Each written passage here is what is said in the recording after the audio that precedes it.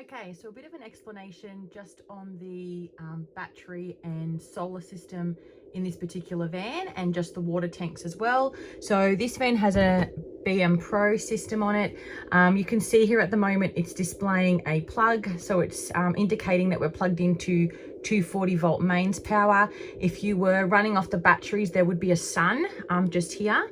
Now at the moment you can see we're pulling in 13.6 volts, and you can see the output there as well. So that will just help you control your volts, so you understand if you are running on solar just how topped up your batteries are.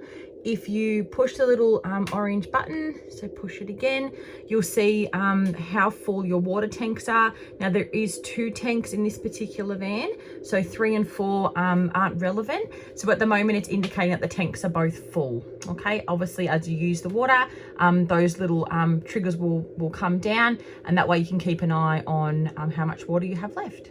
The cupboard above this kitchen sink is your switches and a main fuse box.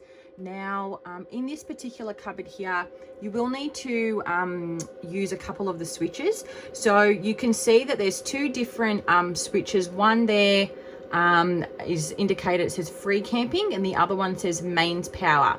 Now obviously the free camping switch here is this is what you're going to use when you're off grid or free camping, so not plugged into mains power.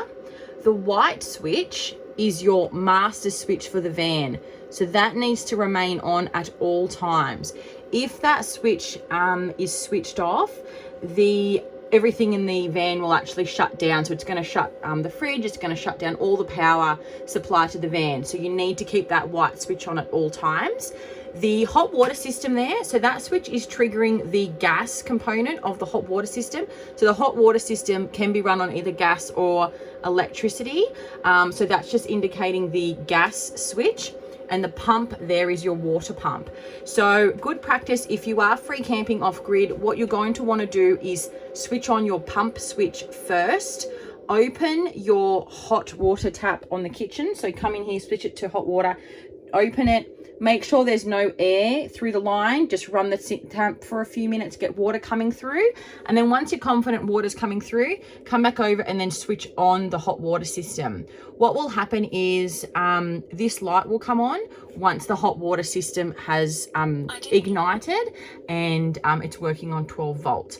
So alternatively, if you're on mains power, so you've pulled up to a caravan park, again, this switch needs to be on at all times, the white switch, but all you're going to do over here is switch on the hot water switch here. So this switch is turning it on via electric, so electricity.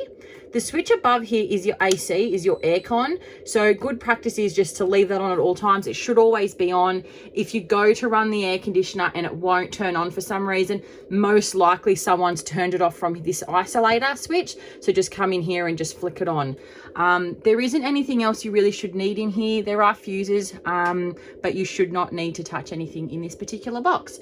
When you're packing up, ready to leave, you're going to want to come back into this box and then switch everything off except for your main supply. So if you're free camping, you're going to want to turn your hot water off and your pump while you're traveling, and it's good practice just to turn the electric hot water switch off as well.